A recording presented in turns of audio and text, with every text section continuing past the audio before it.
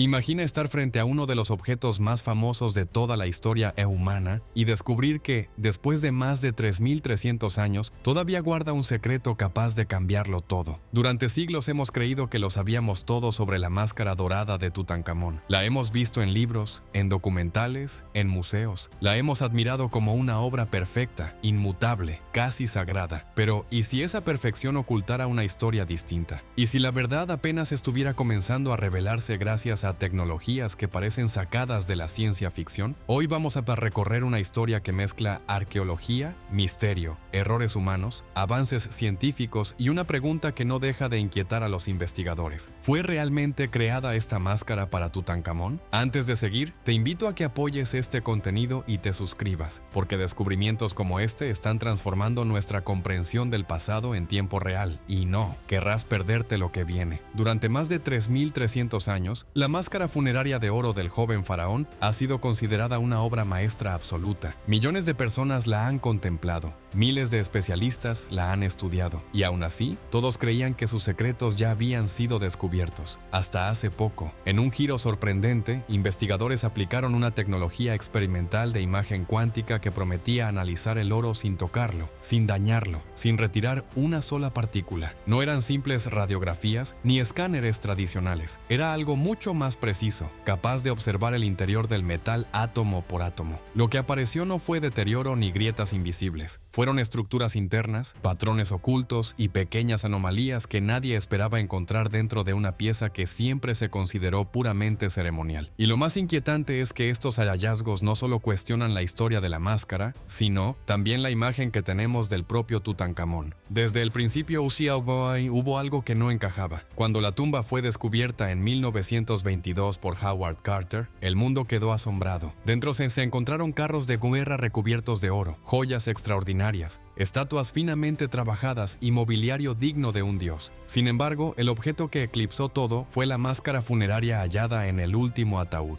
Mide aproximadamente 54 centímetros de altura y pesa más de 10 kilogramos de oro macizo.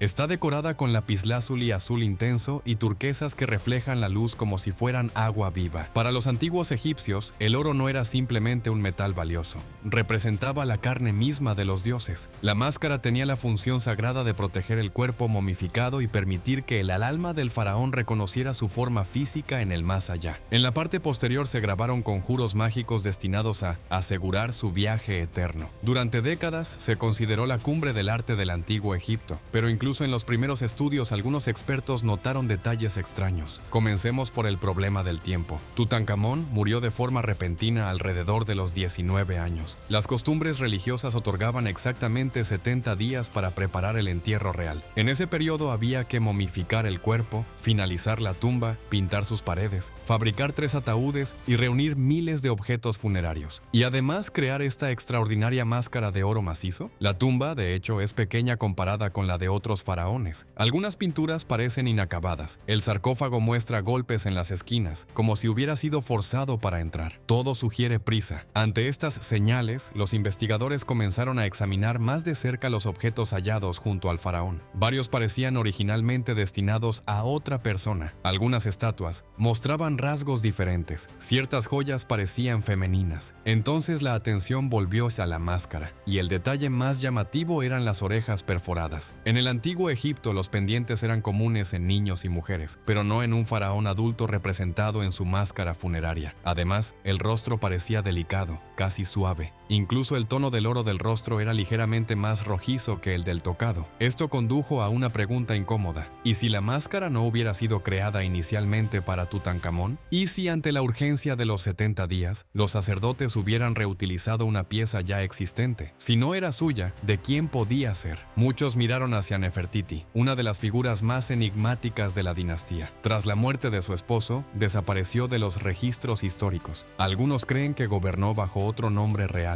¿Podría la máscara haber sido diseñada para ella? Las orejas perforadas y los rasgos finos parecían encajar. Durante décadas, esta teoría dividió a los especialistas, pero seguía siendo una hipótesis imposible de probar sin dañar la pieza. Durante buena parte del siglo XX, la hipótesis de que la máscara pudiera haber pertenecido a otra persona era fascinante, pero carecía de pruebas concluyentes. Nadie estaba dispuesto a perforar, cortar o alterar una obra tan invaluable para comprobarlo. Así que la máscara permaneció intacta, exhibida tras un cristal en el Museo Egipcio de El Cairo, observada por millones de visitantes cada año, guardando silencio como lo había hecho desde la antigüedad. Entonces llegó el año 2014 y ocurrió algo que nadie esperaba. Durante una limpieza rutinaria, la barba postiza trenzada que cuelga del mentón, símbolo de poder divino, se desprendió accidentalmente. Fue un momento de pánico. En lugar de avisar de inmediato a los restauradores especializados en arte antiguo, algunos empleados intentaron solucionar el problema por su cuenta. Usaron pegamento epoxi industrial, el tipo de adhesivo que se emplea en reparaciones domésticas. Aplicaron una capa gruesa y fijaron la barba, pero el pegamento quedó visible. Se extendió sobre el oro del mentón. La noticia generó indignación internacional. Un objeto que había sobrevivido más de 3.300 años había sido dañado por una intervención moderna mal ejecutada. El gobierno egipcio ordenó una investigación y convocó a expertos internacionales en conservación. Entre ellos se encontraba el restaurador alemán Christian Ekman, cuya tarea consistía no solo en retirar el adhesivo incorrecto, sino en examinar cuidadosamente la estructura de la máscara. Para corregir el error, era necesario desmontar parcialmente la pieza, y esa circunstancia ofreció una oportunidad inédita: estudiar la máscara con técnicas avanzadas que nunca antes se habían aplicado con tal profundidad. El equipo utilizó fluorescencia de rayos X, conocida como XRF. Esta tecnología permite analizar la composición química del metal sin dañarlo. Al excitar los átomos con rayos X, estos emiten señales características que revelan su origen y pureza. La lógica era sencilla: si la máscara hubiera sido modificada con oro distinto, si se hubieran añadido piezas o eliminado otras, el análisis lo detectaría. Durante meses se examinaron cada centímetro y cada detalle. Cuando finalmente se publicaron los resultados, la comunidad académica respiró con alivio. Según Ekman, el oro del rostro y el del tocado provenían del mismo material. No había señales de soldaduras evidentes. Las inscripciones con el nombre de Tutankamón parecían originales, sin restos visibles de nombres anteriores. Incluso las delicadas incrustaciones de vidrio azul, extremadamente sensibles al calor, estaban intactas, lo que indicaba que no habían sido sometidas a temperaturas extremas tras su fabricación. La conclusión fue clara: la máscara había sido creada como una sola pieza destinada al joven faraón. Las orejas perforadas podían explicarse como una representación estilística o como una referencia a su juventud.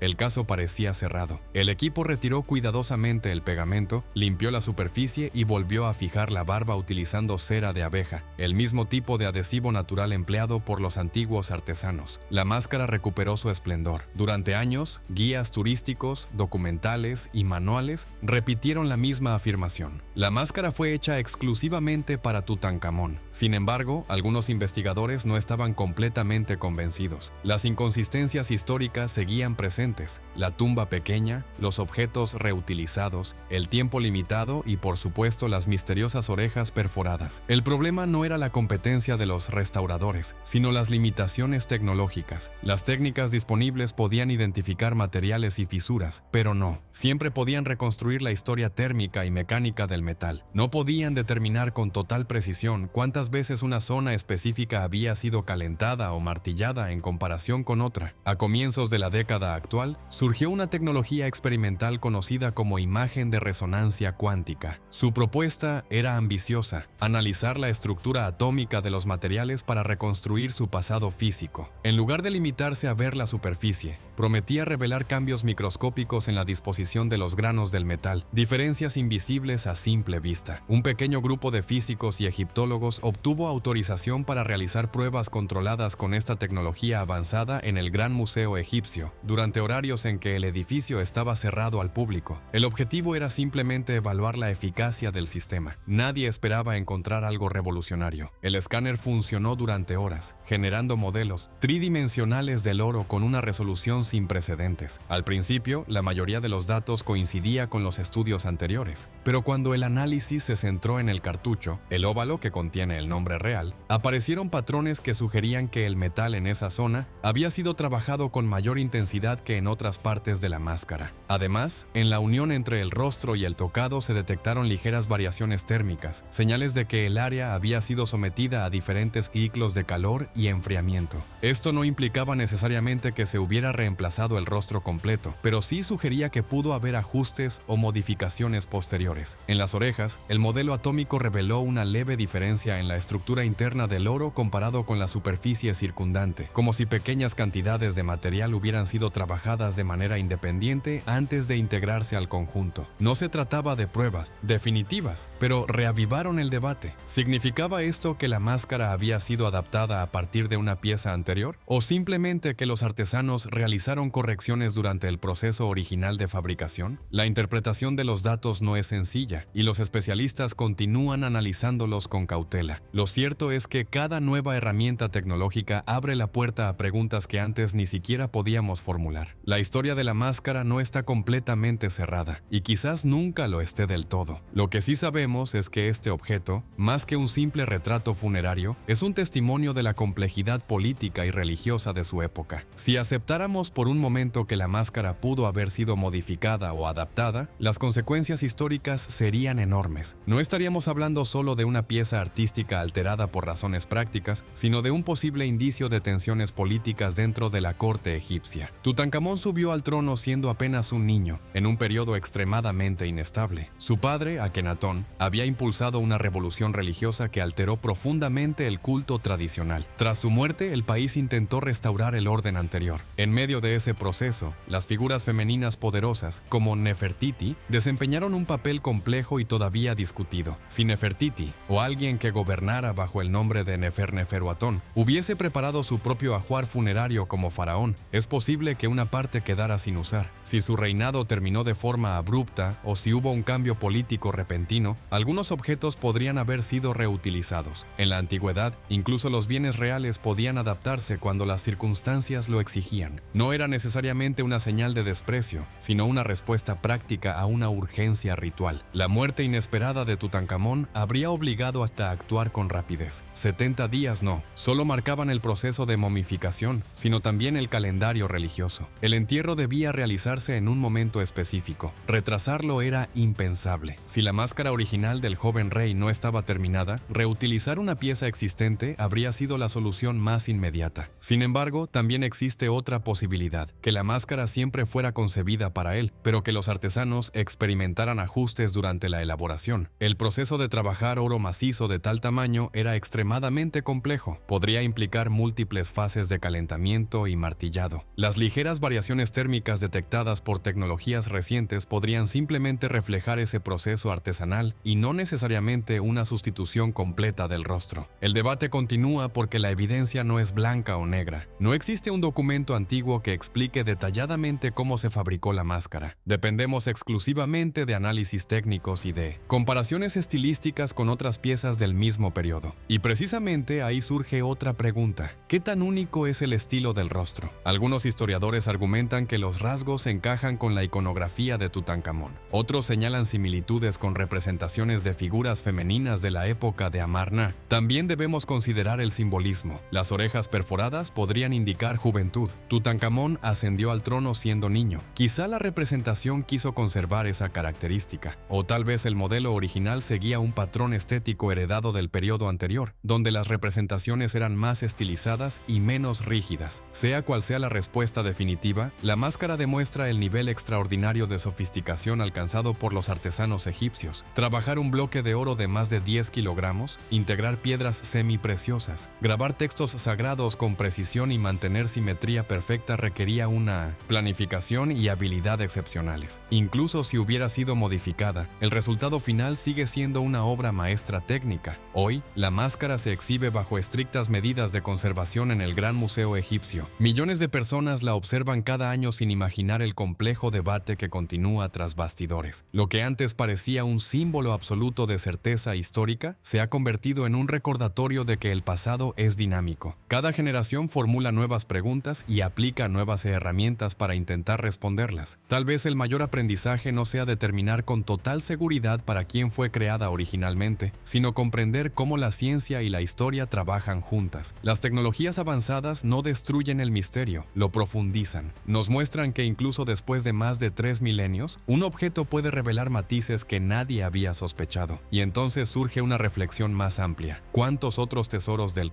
mundo antiguo esconden historias similares, esperando a que nuevas técnicas permitan leerlas con mayor claridad? ¿Cuántas teorías que hoy consideramos firmes podrían cambiar en el futuro? La máscara de Tutankamón, no solo es una pieza arqueológica, es un símbolo de cómo el conocimiento evoluciona. Para entender por qué esta discusión es tan importante, debemos situarnos en los últimos años de la dinastía 18, uno de los periodos más fascinantes y turbulentos del antiguo Egipto. Antes de Tutankamón, el trono estuvo ocupado por Akenatón, el faraón que intentó transformar la religión tradicional egipcia en torno al culto casi exclusivo de Atón, el disco solar. Ese cambio radical alteró templos, poder sacerdotal y equilibrios políticos que habían permanecido estables durante generaciones. Cuando Akenatón murió, el país quedó en una situación frágil. Tutankamón, todavía muy joven, fue elevado al trono. Poco después, el culto tradicional fue restaurado y el nombre del rey cambió de Tutankatón a Tutankamón para reflejar el regreso a la adoración del dios Amón. Ese simple cambio de nombre ya evidencia la tensión política del momento. La corte necesitaba enviar un mensaje claro. El antiguo orden estaba de vuelta. En este contexto, la figura de Nefertiti adquiere aún mayor relevancia. Fue la gran esposa real de Akenatón y aparece representada con un protagonismo inusual para una reina. En ciertas escenas, realiza rituales reservados normalmente al faraón. Algunos investigadores sostienen que pudo haber asumido el poder tras la muerte de su esposo bajo un nombre real distinto. Si eso ocurrió, su reinado habría sido breve y posiblemente controversial. Si la máscara funeraria hubiera pertenecido originalmente a una figura femenina convertida en faraón, esto indicaría que el traspaso de poder fue más complejo de lo que tradicionalmente se ha pensado. Podría sugerir que, tras la muerte de Tutankamón, hubo una reorganización acelerada del material funerario disponible. Recordemos que después de él gobernó Ay, un alto funcionario de avanzada edad, y luego Horemheb, quien finalmente consolidó la restauración del orden tradicional y borró muchos rastros del periodo anterior. Si efectivamente se reutilizaron objetos reales, no sería un caso aislado. En el antiguo Egipto, cuando un gobernante caía en desgracia o su memoria debía ser eliminada, los monumentos podían modificarse, los nombres borrarse y reemplazarse. La práctica se conoce hoy como damnatio memoriae, la condena del recuerdo. Por ello, la idea de que una máscara pudiera haber sido adaptada no resulta imposible dentro del contexto cultural egipcio. Sin embargo, debemos mantener una perspectiva equilibrada. Las teorías deben apoyarse en pruebas sólidas y reproducibles. Las variaciones térmicas detectadas por nuevas tecnologías pueden interpretarse de múltiples maneras. Los patrones en la estructura del oro no hablan por sí solos, necesitan ser contextualizados. Además, la comunidad científica exige que cualquier hallazgo de gran magnitud sea revisado por pares y publicado en revistas especializadas antes de considerarlo definitivo. Lo verdaderamente fascinante es cómo esta discusión ha devuelto vitalidad al estudio de un objeto que parecía completamente comprendido. Durante décadas, la máscara se convirtió casi en un icono estático, una imagen repetida hasta el cansancio. Ahora vuelve a estar en el centro del debate académico. También hay un componente humano en esta historia. El error con el pegamento en 2014, aunque lamentable, abrió la puerta a investigaciones más profundas. A veces, incluso los accidentes conducen a nuevos conocimientos. Gracias a la restauración rigurosa posterior, la máscara fue examinada con un nivel de detalle que quizá no se habría alcanzado de otra manera. Hoy sabemos que el pasado nunca está totalmente cerrado. Cada avance tecnológico, desde la tomografía computarizada hasta la espectrometría avanzada, nos permite formular preguntas más refinadas, y en el futuro podrían surgir métodos aún más precisos que aclaren definitivamente si el rostro fue alterado o si todo formó parte de un único proceso creativo. Mientras tanto, la máscara sigue allí, silenciosa, desafiando a quienes la observan. Su expresión serena no revela prisa ni conflicto, pero detrás de ese oro pulido puede esconderse una historia de urgencia política, adaptación ritual y cambios de poder. Quizá la lección más importante no sea determinar con absoluta certeza si perteneció primero a otra persona. Tal vez lo esencial sea comprender que la historia es un diálogo constante entre el pasado y el presente. Cada generación reinterpreta los vestigios antiguos a la luz de nuevas preguntas y nuevas herramientas. Al acercarnos al final de esta historia, es importante reconocer algo fundamental. La máscara de Tutankamón no es solo un objeto antiguo, es un punto de encuentro entre arte, poder, religión, política y tecnología moderna. Durante más de 3.300 años permaneció en silencio bajo las arenas del Valle de los Reyes. Luego, en 1922, volvió a la luz y se convirtió en símbolo mundial del antiguo Egipto. Durante décadas pensamos que su historia estaba completamente resuelta. Hoy sabemos que no era así. Si la máscara fue hecha exclusivamente para Tutankamón, entonces representa una hazaña artesanal extraordinaria realizada en un periodo sorprendentemente corto y bajo presión. Si fue adaptada a partir de una pieza anterior, entonces refleja algo igualmente fascinante: la capacidad de una civilización para reorganizar símbolos sagrados en momentos de crisis política. En ambos casos, el resultado es impresionante. Lo que verdaderamente ha cambiado no es solo la posible interpretación histórica, sino nuestra manera de investigar el pasado. Antes dependíamos únicamente del análisis visual y de documentos fragmentarios. Luego llegaron los rayos X, los escáneres, la espectrometría. Ahora hablamos de tecnologías capaces de estudiar el comportamiento microscópico de los materiales. Cada avance amplía nuestra visión, pero también nos recuerda que el conocimiento nunca es definitivo. La máscara, observada hoy por millones en el Gran Museo Egipcio, parece tranquila, eterna, inmutable. Sin embargo, su historia nos enseña que incluso los símbolos más sólidos pueden contener capas ocultas. Tal vez nunca tengamos una respuesta absoluta sobre si originalmente perteneció a otra figura real, pero el hecho de que todavía estemos debatiéndolo demuestra algo extraordinario. El pasado sigue vivo en nuestras preguntas. También nos invita a reflexionar sobre cómo se construye la memoria histórica. Las narrativas oficiales pueden cambiar. Lo que hoy aceptamos como hecho establecido podría matizarse mañana con nueva evidencia, y eso no. Debilita la historia, la fortalece. Significa que seguimos investigando, que no damos nada por sentado, que respetamos la complejidad del mundo antiguo. Si la máscara fue reutilizada, nos habla de urgencia y transición política. Si no lo fue, nos habla de una capacidad técnica casi increíble, lograda en condiciones límite. En ambos escenarios, el resultado final sigue siendo una obra maestra sin igual. Al final, quizá la verdadera historia detrás de la máscara no sea únicamente quién la encargó originalmente, sino lo que representa hoy, un recordatorio de que el conocimiento humano evoluciona. Cada generación mira el mismo objeto y descubre algo distinto. Cada nueva tecnología ilumina una sombra diferente. Y así la máscara continúa observándonos en silencio, mientras nosotros tratamos de descifrarla. Tal vez ese sea su mayor poder: obligarnos a mirar más profundo, a cuestionar lo que creemos saber, a aceptar que la historia es un proceso continuo de descubrimiento. Gracias por acompañarme en este recorrido por uno de los mayores enigmas del antiguo Egipto. Si te ha intrigado esta historia, compártela y déjame saber qué teoría te parece más convincente, porque, como hemos visto, incluso después de 3 milenios, la última palabra todavía no está escrita.